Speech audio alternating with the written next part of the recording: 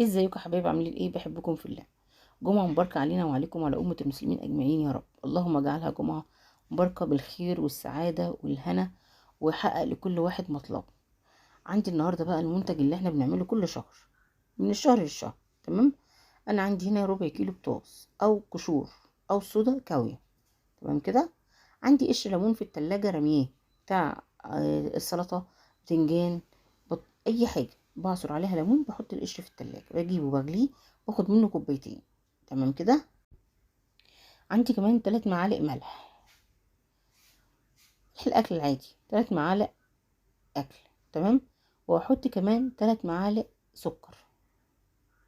انتوا عارفين السكر مادة حافظة، والملح بيساعد على ربط الصابون. تمام. هفضل بقى اقلب كده لحد ما ادوب الملح وادوب السكر. دوب بقى ايه تقليب كده ايه مستمر لحد ما يدوب معايا خالص. طبعا كده هو سخن نار، انا ما بشتغلش فيه الا ما يبرد خالص، بسيبه لحد ما البطاطس يبرد خالص خالص. ويستحسن ان انت تعمليه وانت نفسك بعيد خالص عن البطاطس، لان بتطلع منه غازات سخنه جدا وسامه، بتبقى تتعب الصدر. لو عندك اطفال يا ريت ما تعملوش والاطفال موجوده. خلاص. برد خالص معايا البطاطس، هبدا احط الزيت بقى.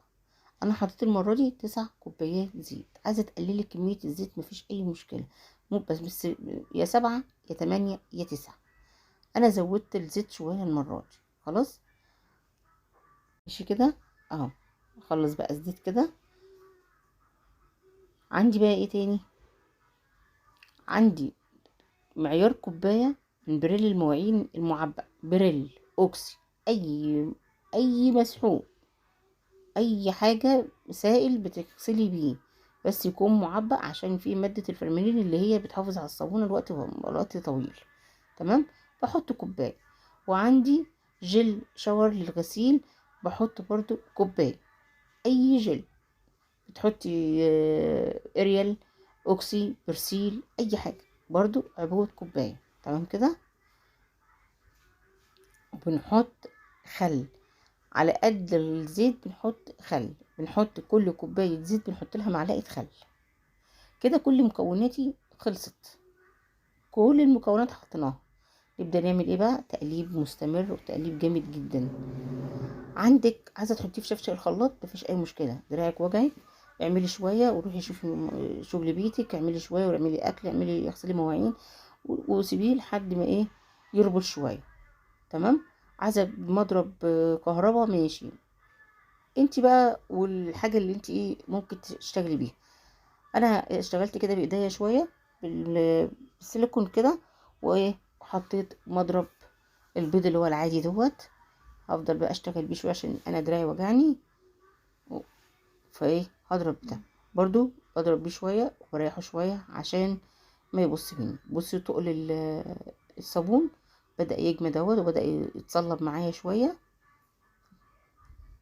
عندي بقى صاج قديم، كرتونه، اي حاجه. انتوا عارفين حتى لو بتوع سوبر ماركت بيرموا صناديق الرنجة، عارفه لو جبتي واحد منه وحطيتي فيه مشمع وحطيتي فيه برضه هيمشي.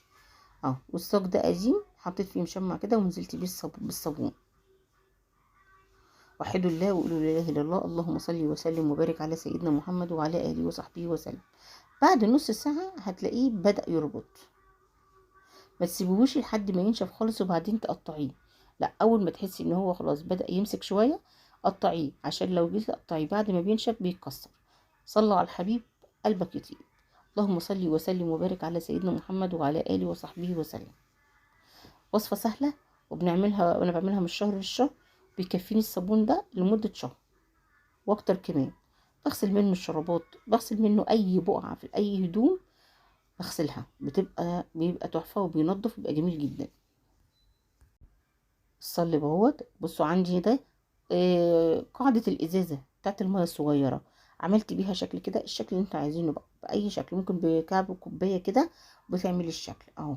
وبقطعه بقى بايه؟ بالسكينة بتاعت الجزر او المخلل اللي احنا مقطعين المخلل، كشكل حلو يعني عشان ايه الكاميرا.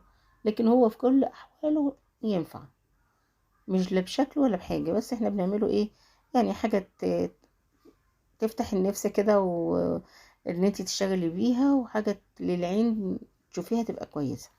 تمام اهو. هقطعه بقى كله كده.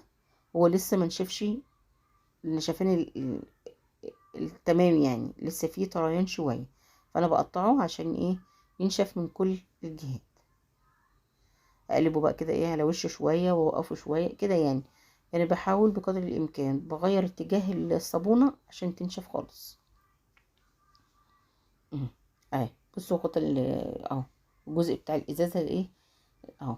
عملت اهوت من قدام ومن ورا عادي خالص. عايزه تسيبيها كده من غير اي حاجه خالص.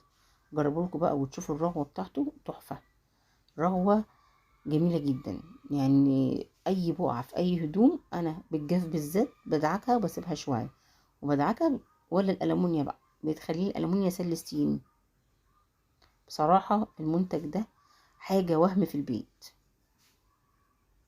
عارفه حتى لو عندك دهون في المطبخ، لو رجيتي الصابونه كده على السلكه او على الليفه اللي هتغسلي بيها واغسلي بيه، هينزل الدهون وبيخلي الحيطان والخشب بتاع المطبخ تحفه. بينضف جدا جدا وبيزيل الدهون كمان.